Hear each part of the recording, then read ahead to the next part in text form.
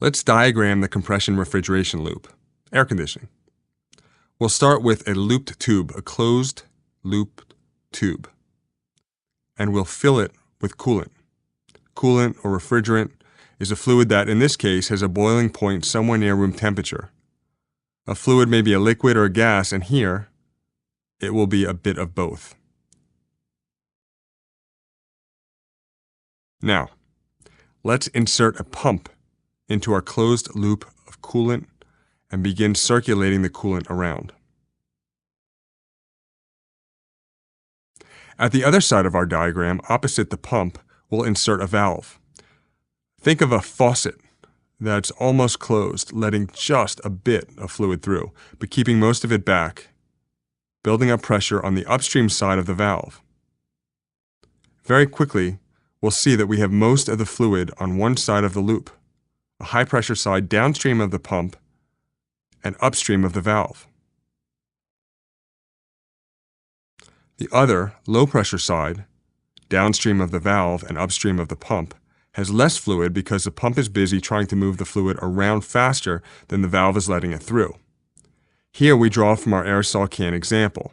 On the high-pressure side, we are pushing, squeezing the gas molecules, forcing them into a liquid state. And on the low-pressure side, we are ripping the molecules out of their liquid state and into a gaseous state. We are condensing on the high-pressure side and evaporating or boiling on the low-pressure side. Remember the power of the heat of vaporization? Boiling requires heat. It makes things cold. And condensation gives heat. It makes things warm. So by boiling on one side and condensing on the other, we are creating a cold side and a warm side of our pipe.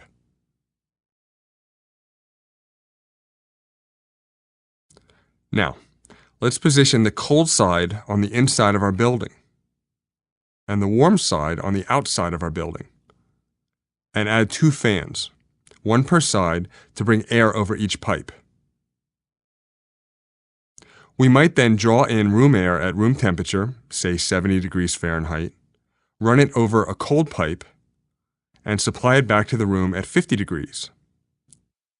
Likewise, on the outside, hot loop, the one with the condensing coolant, we will utilize a fan to draw 80-degree outside air across the hot pipe and deposit it back to the outside air at 90 degrees. We now ensure that the 2 air streams don't come into contact with one another. We'll put a little wall between them, and you'll recognize that we've diagrammed a window air conditioning unit. In technical parlance, this type of equipment is also called a unitary system or a direct expansion system, and direct expansion is sometimes abbreviated to simply a DX system. This is a window unit, the simplest manifestation of air conditioning we see in buildings. But even the more complex versions of this system, the ones we'll see in forthcoming diagram animations, will essentially entail the same process, only heat will move around in a more efficient way, or will be used to service more than just one room, or both. Compression refrigeration components. Picking up where we left off with our compression refrigeration loop, remember we have a condensing side under high pressure, where gaseous coolant transitions to liquid coolant.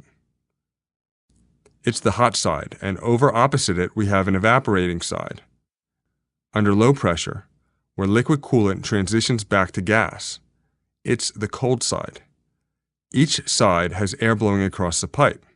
Importantly, it's not the coolant itself that comes into direct contact with the air, but rather it is the pipe that carries the coolant that exchanges heat with the air. Now, since the air blows across the pipe for the purpose of moving heat, efficiency dictates that we would prefer to maximize the surface area of each pipe to facilitate heat exchange. We will draw it like this, as a squiggle, and refer to each heat exchange squiggle as a coil, though it may, in practice, look more like a series of metal fins.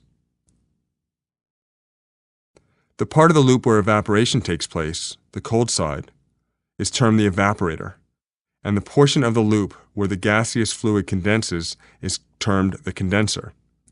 What we were calling the pump that moves the fluid around is actually termed the compressor. And the valve that lets only a bit of fluid through at a time is called the expansion valve. Air conditioning for big buildings. For most buildings, it is, of course, unwise to cool each of your spaces with a separate window unit. Why put a compressor and fan in each room when we might create a more centralized system? A centralized system makes for reduced energy use, fewer pieces of equipment to purchase and maintain, plus, fan and compressors are noisy, and the farther we can move them from the occupied spaces, the quieter those spaces will be.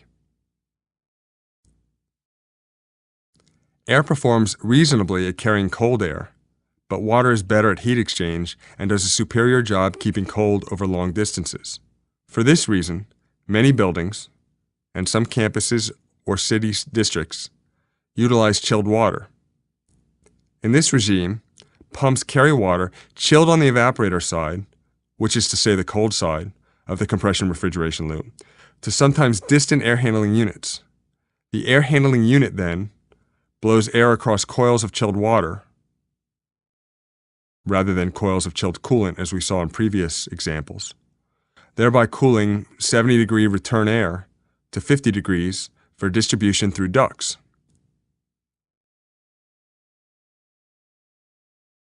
The chilled water and coolant never touch or mix. They just exchange heat.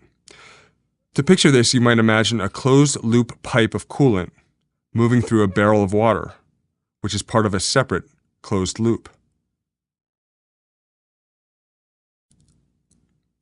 Similarly, on the hot side, we might increase efficiency and capacity by removing the heat in the condensing coolant with another separate loop of water. This condenser water is pumped from the condenser to a cooling tower, and water is allowed to cascade over a series of baffles, where the water is cooled by the outside air. When needed, an impeller fan can assist airflow across the cascading water. Some of the water evaporates and is replaced with new water, but most of it falls to a pool, where it is pumped back to the condenser.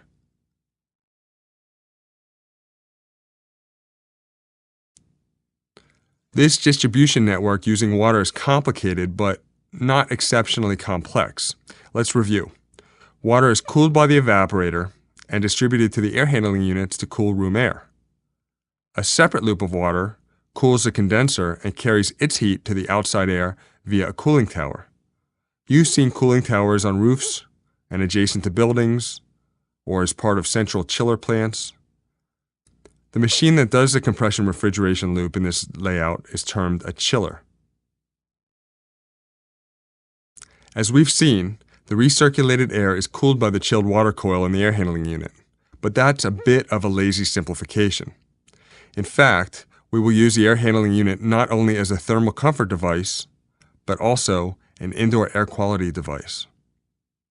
Outside air is introduced into the air loop, and that outside air combines with recirculated air from the room before both volumes of air move across a filter. Of course, simply adding lots of outside air without exhausting some of the inside air is not stable. So exhaust fans release some of the portion of the stale interior air, that portion not destined for recirculation, to the outdoors. Exhaust fans often draw from laboratories, chemical storage rooms, machine shops, and other zones where used air is really not welcome to return to the building. Here we see the compression refrigeration diagram that we've been staring at, only in a more familiar setting. Water, chilled by the evaporator side of a rooftop chiller, the cold side, feeds air handling units, each serving its own floor. Simultaneously, a whole separate volume of water looping through a rooftop cooling tower cools the condenser side, the hot side.